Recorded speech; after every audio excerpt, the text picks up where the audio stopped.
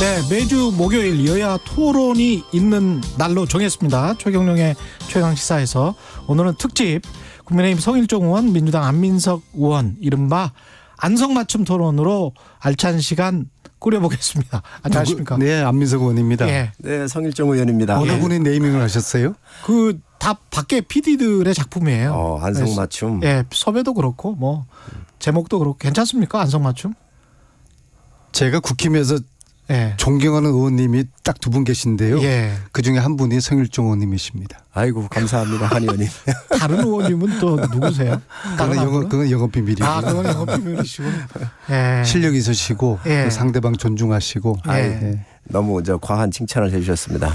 그럼에도 불구하고 저는 지금 뭐 때가 때이니만큼 예. 도살장 끌려오는 기분으로 나와 있습니다. 오늘 또 민주당 아닙니다. 돈봉투 의혹 이야기를 안 할 수가 없을 것 같은데요. 좀 그 이야기는 좀 이따 하고 전세 사기 피해 관련해서 이게 민생 현안이니까요. 대통령도 일단 경매 일정 중단 지시를 했고 금융권도 호응을 하는 것 같습니다. 일단은 적절한 조치라고 보십니까? 어떻습니까? 네, 그렇습니다. 예. 이제 이게 제일 먼저 선순위가 금융권으로부터 들어가잖아요. 예. 그리고 이제 세입자의 보호가 그 이후에 들어가는데 부동산 가격 가치가 하락을 하니까 세입자의 목이 없어지는 것이지요. 그렇죠. 그러다가 보니까 이게 이제 금융위가 관련되고 국토부가 관련되는데 이 두 부서가 합작을 해가지고 협업을 하면서 지금 경매 중단 조치를 요구를 해서 절차가 지금 진행이 되고 있습니다. 그래서 잠정적으로 중단이 됐고요. 예.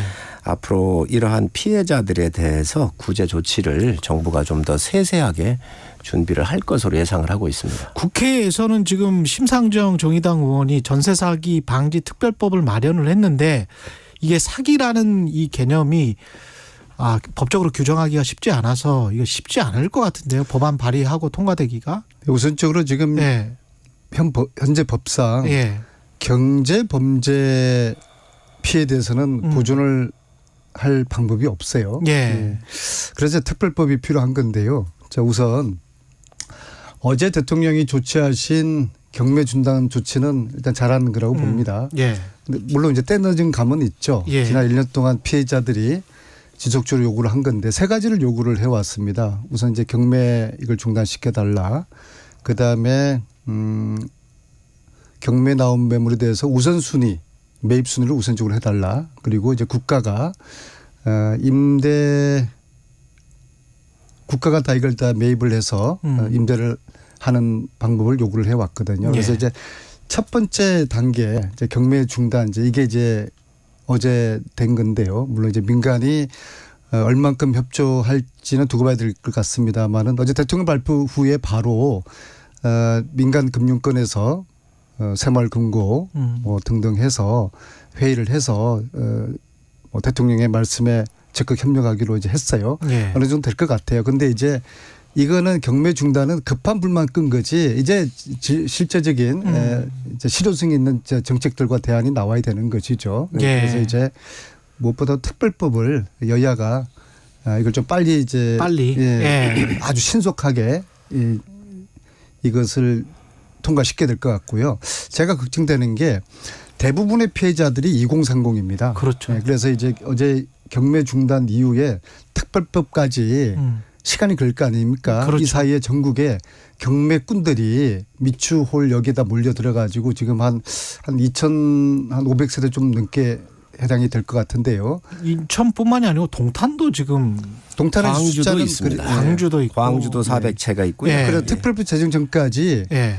이 경매꾼들이 매입하는 것을 어떻게 막을 수 있을까, 피해를 어떻게 줄일 수 있고 이 문제를 해소할 수 있을까, 앞으로 그 대응과 대안이 이게 굉장히 필요할 것 같습니다. 예. 이게 이제 무자본 갭 투자 아니겠어요? 그렇죠. 자기 돈도 없이 네. 이제 갭 투자를 노리고 들어갔었는데 이러한 꾼들에 의해서 수백 채 수천 채씩 이게 산 거란 말이죠. 예. 지금 현재 법안이 여러 개가 나와 있습니다. 그래서 이게 보면 이제 국세가 최우선적으로 경매가 이루어질 때 국세부터 이제 징수하거나 또 각종 비용 이런 것들이 먼저 이루어지고 세입해서 사는 분에 대한 권리에 대한 것이 최하위로 밀려 있거든요. 예.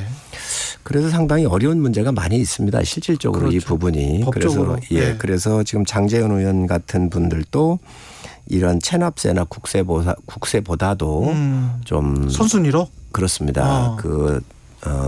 세입자에 대한 선순위를 좀 둬야 되겠다. 그래서 후순위로 국세 같은 경우를 좀 미루는 이런 법안도 내놓고 했는데 예.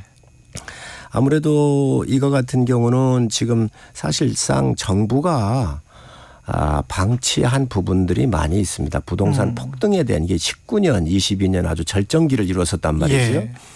그래서 이런 것들에 대한 뭐 어느 정부를 막론하고 정부는 다 계승하는 것이니까 그렇기 때문에 정부에서 이런 부분들에서 특단의 조치가 있어야 될 거라고 생각을 하고요.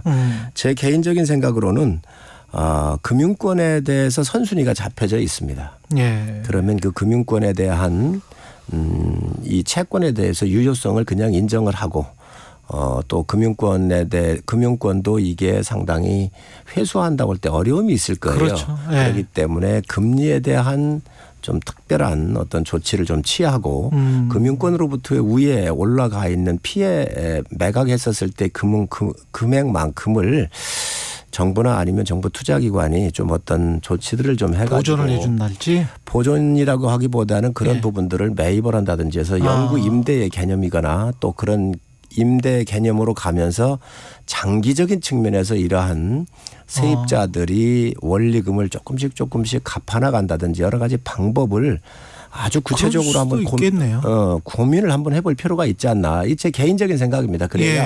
그래야 이런 시장들이 안정이 되고 특히 2030에 대한 안전장치를 정부가 좀 심도 있게 고민을 해봐야 된다고 생각을 합니다. 방법도 있겠는데. 네, 우선적으로 피해 임차인들을 선구제하는 데 초점을 둬야 될 것 같고요. 예. 그래서 선구제 후 회수 이 원칙을 저희 민주당이 특별법 속에 좀 담고 있고요. 말하자면은 한국자산관리공사 캠코 이런 전문 채권 매입 기관이 보증금 반환 채권을 우선적으로 매입을 해서 이제 피해를 구제를 하는 것이죠.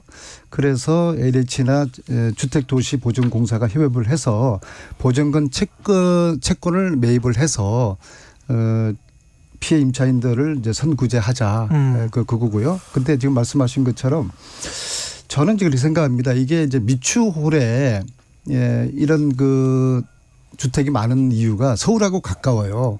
그리고 그 위치에 좀 싸게 그렇죠. 보증금을 얻을 수 있으니까 젊은 청년들이 많은 겁니다. 그렇죠. 그래서 이게 잘하면은 전화위복의 계기도 될 수 있겠다. 이 주택들을 정부가 공공 매입을 하는 겁니다. 네. 그리고 청년들과 신혼부부들에게 그냥 굉장히 좋은 조건으로 그렇게 살 수 있도록 해주는 그런 선례를 만들면은 국가도 그동안 골머리였지 않습니까? 그렇죠. 청년들과 신혼부부들의 주거 문제 이것을 이번에 미추홀에서부터 좋은 선례를 만드는 계기가 됐으면 좋겠는데 문제는 특별법을 빨리 좀 이건 뭐 여야가 이견이 있는 건 아니지 그렇죠. 않습니까? 그래서 이거를 빨리 좀 했으면 좋겠습니다. 재원이라든지 이런 것들을 준비하기가 굉장히 어려움이 있을 거예요. 재원이는 예, 그렇습니다. 정부도 재원이 있어야 될 거 아니겠습니까? 그래서 이러한 고민부터 해봐야 되고 허그에 좀 그래서 특별법이 필요한 거죠. 허그 같은 경우는 또 이거하고는 또 틀려요. 거의 보증기관이에요. 그래서 이런 보증하는 방법이라든지 지금 토지주택공사 같은 경우에서 소규모로 이렇게 매입을 해가지고 임대를 전환해 주는 제도도 있거든요. 있죠. 그래서 여러 가지 방법을 고민 하고 있고요. 지금 정부에서도 오늘 지금 이 시간에도 당정이 지금 협의를 하고 있습니다. 결과를 한번 좀 지켜보시죠. 이게 이제 법이 없이는 문제 해결이 어려울 것 같은데요. 또 특별법 이제 통과를 위해서 여야가 안 의원님 말씀하시는 특별법도 얘기를 하시는데 이 법이라는 게 이제 많은 분들한테 공평한 기준이 있어야 되겠죠. 그래서 그 기준 잡으려면 아마 여야가 머리를 맞대고 그런 부분들에 대해서 심도 있게 논의를 한번 해봐야 될 겁니다. 그리고 돈봉투 이야기하기 전에 이철규 국민의힘 사무총장이 어제 출연해서 민주당 정치인이 연루됐다. 요지는 그런 것 같아요. 그러니까 이 사건에 연루됐다는 게 아니고 그 사건을 했던 그 주범이 어디 가가지고 무슨 시행사업인지 동해시죠. 개발 사업인지를 뭘 했는데 개발 사업을 할 때 어떤 정치인이 뒤를 봐준 거 아니냐. 뭐 이런 주장인 것 같은데 어떻게 파악하고 계세요? 이철규 의원님이 지금 사무총장이시죠. 사무총장이시죠. 네, 그분이 이제 경찰에 오랫동안 계셨기 그렇죠, 때문에 그렇죠. 그분이 가지고 있는 정보는 꽤 신뢰도가 있다고 봐야 될 겁니다. 근데 저희들이 그 해당 의원이 누군지는 모르겠고 이철규 의원님도 지목하지 않으셨는데 저희들도 예의주시하고 있습니다. 아, 그게 사실이라고 그러면은 이 와중에 어떤 불난 집에 또 기름이 또 투하되는 예. 그런 또 아주 쑥대밭이 될 것 같은데요. 예. 네, 걱정이 됩니다. 그리고 알고 계시는 거 있으세요? 덧붙이실 말씀 있으세요? 의원님은? 좀 지켜보시죠. 이제 지켜봐요. 참 여유 있는 웃음 참 두렵습니다. 예. 네. 아무래도 이철규 의원께서 사무총장도 하고 계시지만 또 지역구예요. 여기가 동해가 아, 그렇지. 본인의 참. 지역구란 말이죠. 네. 그래서 네. 정보가 아마, 많을 수 있겠네. 그 자기 현장의 지역구기 때문에 아마 그런 부분들에 대해서 정확하게 알고 계신 거 아닌가 네. 생각을 합니다. 서영정 의원님이 이제 더 느긋해지실 것 같은데 민주당 전당대회 돈봉투 의혹 같은 경우는 거의 사실로 굳어지는 분위기입니다. 어떻습니까? 일단 민주당은 어떻게 보세요? 제가 아까 말씀드렸듯이 예. 제가 웬만해서는 안 그럴 텐데 예. 오늘 이 자리에 오면서 예. 도살장 끌려오는 기분이었습니다. 약속은 지난주에 하셨어 가지고 이게 예. 정치가 예. 이제 타이밍의 예술이거든요. 예. 근데 좀 사과도 조금 늦었고요. 예. 하긴 했지만 그다음에 송영길 대표도 즉시 귀국해서 수습했어야 되는데 그 타이밍을 놓쳤고 그리고 저희들이 진상조사를 하기로 했다가 예. 또 번복을 했어요. 그렇죠. 이것도 국민들 보시기에 조금 아니면 굉장히 좀 어색해져 보이는 것이죠. 예, 그래서 그다음에 실언들도 좀 있었고 식대 차비. 그렇죠. 예. 네, 그래서 저희들은 지금은 뭐 할 말이 없습니다. 예. 예, 지금은 당이 지금 쑥대밭이 지금 되고 있는데요. 문제는 이것이 이제 시작에 불과하다고 저는 생각이 돼요. 또 다른 폭탄이 어디서 언제 나올지 그리고 이 폭탄을 검찰이 다 제조해 놓고서 캐비넷 안에 내 적기에 이게 투하할 거라고 보거든요. 그래서 저희들이 좀 더 선제적 조치를 과감하고 엄중하게 해야 될 필요가 있다. 그렇게 생각되고요. 예. 저는 이 문제가 결국에는 정치권의 판가리의 신호가 될 거라고 봅니다. 2004년 17대 국회가 판가리가 됐지 않습니까? 예. 그리고 그 사이에 부분적으로 물갈이는 됐지만은 2004년 수준의 판가리는 안 됐거든요. 그래서 20년 만에 이번에 돈봉투 의혹 사건을 계기로 해서 우리가 일단 크게 아마 바뀔 거예요. 민주당이. 그러면은 예. 그러면 이제 여당도 안 바뀔 수가 없을 것입니다. 그래서 결국에는 판가리가 되면은 뭐 정치 발전을 위해서 또 전화위복의 계기가 되지 않을까 그런 생각합니다. 근데 민주당이 얼마나 쇄신하느냐에 따라서 그 사실은 국민의힘도 어떻게 보면 민주당의 위기인데 윤희숙 전 의원도 그런 이야기를 하더라고요. 덕분에 우리도 좀 쇄신이 됐으면 좋겠다 그런 이야기를 하던데. 민주당이 굉장히 어려울 거예요. 예. 저희가 탄핵을 맞고 5년 동안 야당을 했었잖아요. 5년. 예. 예. 야당이 돼서는 무엇을 해도 안 됩니다. 이런 악재가 꼬일 때는 또 쏟아질 때는 이게 모든 게 다 꼬이게 돼 있어요. 어떠한 쇄신 그 어떤 혁신 아무리 외쳐도요 한계가 있습니다. 또 야당의 한계도 있고 예. 결론적으로 시간이 가야 되는 것이고 특히 지금 민주당은 이재명 대표의 사법 리스크가 굉장히 크잖아요. 예. 이게 아무리 부정을 해도 이게 벗어날 수가 없습니다. 왜냐하면 행정가로서 시장할 때 이루어진 일들이기 때문에 총체적인 책임은 다 지고 있는 거예요. 두 번째 이제는 이제 아주 구체성을 띠고 있는 본인의 육성들이 함께 있는 당의 대표를 뽑는 전당대회에서 돈봉투가 그것도 집단적으로 이렇게 다 감염이 된 거잖아요. 예. 그러다가 보니까 이 부정부패의 이미지를 이게 벗어던지기가 굉장히 어렵습니다.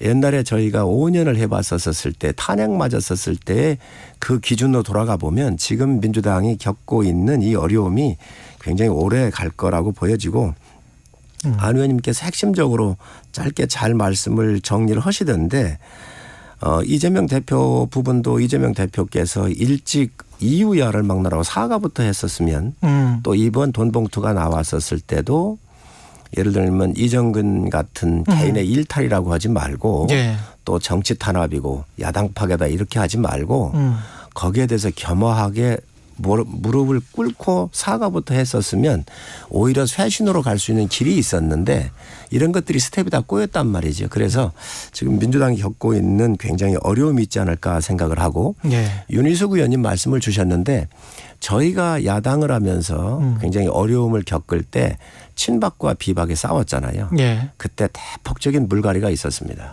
친박의 거두 또 비박의 거두 그리고 탄핵에 관련됐거나 문제 있었던 분들에 대한 당의 대대적인 그러한 소정파들의 정풍이 있었고 또 공천 과정에서 그에 대한 책임들을 물었었거든요. 예. 그렇기 때문에 아마 이번에 이 민주당도 저희들 경험에 비추어 보면 그런 과정을 겪지 않을까 생각을 합니다. 특히 총선이 이제 1년밖에 안 남았잖아요. 그렇죠. 아마 이게 큰 모멘텀이 되지 않을까 생각을 합니다. 개혁을 둘러싸고 자체 내 주도권 싸움이 번지고 그게 좋게 갈지 나쁘게 갈지는 모르겠습니다만 성일종 의원님은 일단은 뭐 더 글로리식으로 말씀을 드리면 연진아 앞으로의 앞날은 더 힘들 거야 뭐 이렇게 지금 이야기를 하시는 것 같은데요.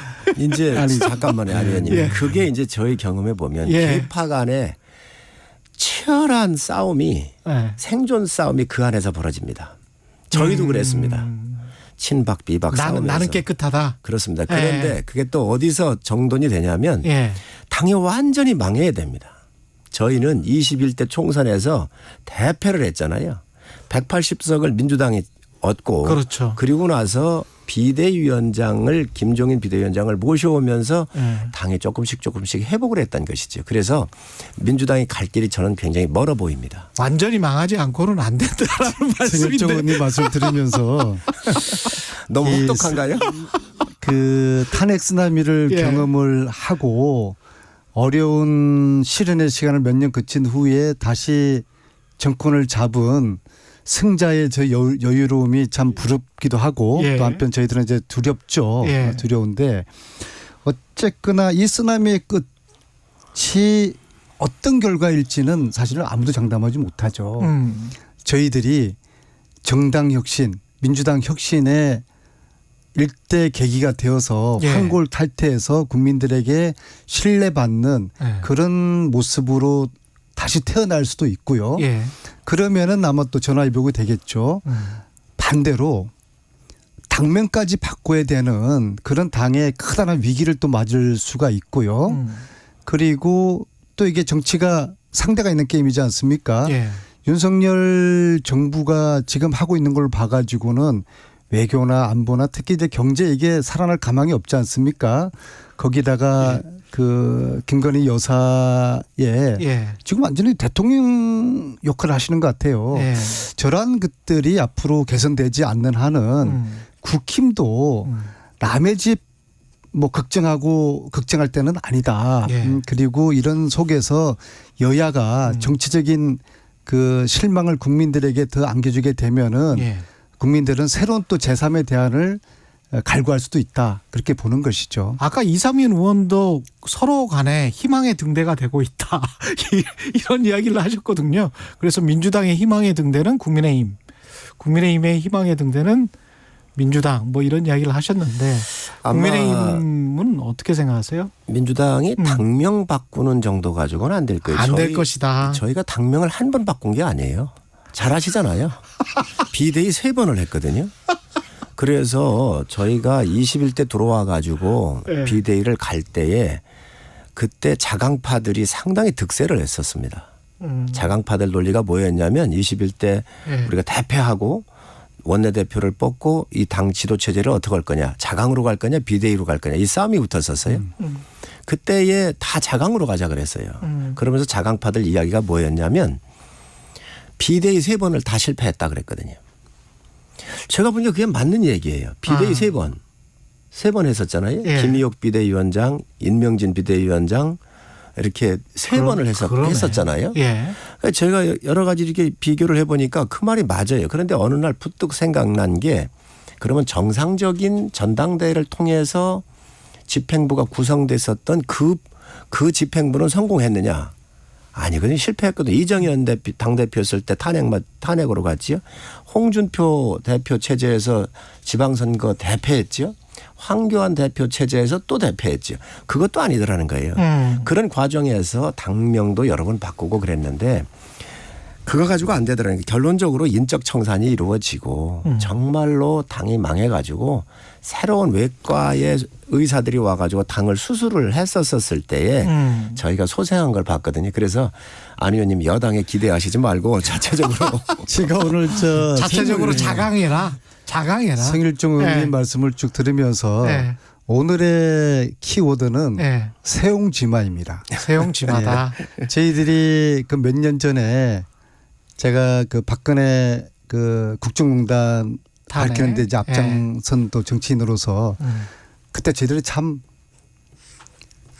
그 당시의 야당 지금 국힘힘이 그렇게 애초로울 수가 없었거든요. 지금 말씀하신 대로 그렇게 그 광풍을 맞으면서 그 시련들을 견뎌내려고 애쓰는 그 모습을 보면서 우리들은 얼마나 여유 있었습니까? 예. 세옹지마가 되어버렸어요. 예. 이게 이제 역전이 돼버렸고요. 두 번째 송영길 의원님 좀 말씀드리자면은 예. 과거 이제 부동산 투기 의혹 받았던 의원님들 10분 의원님들이 본인들은 억울하다고 하는데도 사실이 아닌다고 하는데도 다 출당 조치를 해버렸어요. 그렇죠. 예. 그렇죠. 예. 당신들 검증받고 다시 돌아오라. 대부분 다 다시 돌아오지 않았습니까? 예. 그런 송영길 의원이 지금은 역지사지 돼버렸어요. 그러니까 본인이 출당 요구를 지금 받고 있어요. 게다가 억울하든 안, 뭐 예. 억울하지 않든 간에 일단 출당하고 난 다음에 깨끗이 털고 난 다음에 다시 들어오라는 그런 또 요구를 당 안팎에서 받고 있지 않습니까? 근데 그래서 참 정치라는 게 세옹지마다. 근데 전 뭐 국회의원 정도가 아니고 전 당대표란 말이죠. 근데 네. 수업이 있어서 이제 들어가야 되겠다라고 말씀하시고 들어가는 모습이 너무 평안해 보이고 국내에서 봤을 때는 좀 너무 한가해 보였기 때문에 그거를 또 민주당 지지자들이든 또는 국민의힘 지지자들이든 어떻게 그게 비춰질까 그런 거는 전 대표가 좀 너무 무책임하지 않나 그런 제가 생각이 좀 거기에 대해서 한 들기는 말씀 하더라고요. 드리면요. 예. 지금은 당과 송영길 대표가 사는 방법이 딱 한 가지밖에 없습니다. 한 가지 방법밖에 없다. 송영길 대표가 사적생에 각오를 해야 됩니다. 예. 다 내려놓고 죽기를 각오해야 됩니다. 본인이 책임이 있든 없든 예. 본인이 알았든 몰랐든 간에 본인의 측근들이 관련돼 있고 구속이 지금 되고 있습니다. 그러면은 22일 날 기자회견 할 게 아니라 22일 날 귀국을 해서 이 모든 것을 내가 안고 가겠다. 예. 나의 책임이다. 내가 어떠한 책임이라도 내가 달게 받겠다라는 모습을 보여주게 되면은 일단 탈당을 해야 된다. 탈당 정도가 아니라 탈당 정도가 송영길 아니고. 의원으로서는 정치 은퇴를 본인의 정치 인생의 가장 큰 지금 위기를 맞은 거거든요. 그럼요. 예. 이 상태에서 미련을 가지고 뭔가에 집착을 하는 순간 판단을 제대로 못합니다. 다 내려놓고 다 버려야 됩니다. 그래 그러한 사적생의 정신으로 이 문제를 대처하고 또 당에서도 다들 그렇게 요구를 해요. 의원님들 어제 중진 의원들을 만났는데 어느 누구도 동정하는 분들이 없더라고요. 빨리 송영길 전 대표가 빨리 와서 이거 수습해야 된다. 반면에 아마 검찰의 입장에서는 우리가 이제 검찰 정권이라고 이야기하는데 정권의 입장에서는 예. 송영길 대표 제발 귀국하지 마라. 그래서 소환장 때리고 예. 그래도 안 나오면은 여권 말소하고 그다음에 파리 가서 체포하고 이런 그림을 원할 거예요. 그래서 여기 이를 또 대비해서라도 송영길 대표께서 그분 별명이 황소예요. 예. 황소 같은 우직함. 예. 그런 지도자다운 모습 보여주고 그 핵심은 지금은 사적생의 정신이다. 저는 그렇게 생각을 합니다. 송영길 대표가 기국을 안 할 거리요. 저렇게 기분 안 하시길 바란다니까요. 이미 송영길 예. 대표가 성격상 성격상 귀국 안 한다. 여기에 관련이 없거나 자신이 있었으면 수업이 아니라 그 어떤 것도 관두고 바로 들어와서 해명하고 수습하려고 노력을 했을 거예요. 직선적인 분이시잖아요. 그런데 지금 본인이 이 사건을 정확하게 다 알고 있는 거예요. 그렇기 때문에 시간을 벌고 기자회견도 바로 하지 못하고 이러면서 네. 지금 상당히 머리가 복잡할 거예요. 그리고 이 들어오는 문제에 대해서 굉장히 두려움을 많이 갖고 있을 것 같은데 아마 저는 귀국이 쉽지 않을 거라고 생각을 하고요. 예. 이런 어려움이 닥쳤을 때 원래 거두들 정리하기가 어렵습니다. 원래 저희 거두들 경험도 예. 당시 비박의 거두, 친박의 거두, 소장파들이 일어나 가지고 당에서 탈당을 해 주십사 하고 엄청나게 노력을 했었거든요. 언론에 안 내고 비공식적으로. 예. 하다가 한 분은 성공을 했고 한 분은 실패를 했었습니다. 이름을 밝히기는 어렵지만 그만큼 이런 상황이 벌어질 때 탈당하는 게 또 쉽지가 않습니다. 예. 성일중 의원님 말씀에 저 이면에는 귀국하지 않을 것이고 귀국하지 않았으면 좋겠다 그 말씀이고요. 아닙니다. 제가 들어오십시오. 정치권에서 당당하게 들어오십시오. 20년 국회의원을 하면서 가장 많이 들었던 말 중에 하나가 선당후사입니다. 선당후사. 그런데 예. 어느 정치인도 이 선당후사를 실천하는 정치는 거의 보지 못했습니다. 그런데 지금 송영길 대표가 사적성의 정신으로 선당후사를 실천을 해 주시길 바라겠습니다. 민주당의 예. 송영길 끝났습니다. 예. 예. 서현진님이 오늘 패널들 너무 솔직하고 부드러운 정치인이어서 정말 좋다고 말씀하셨습니다. 국민의힘 성일정 의원, 민주당 안민석 의원이었습니다. 고맙습니다. 네, 고맙습니다. 세계보건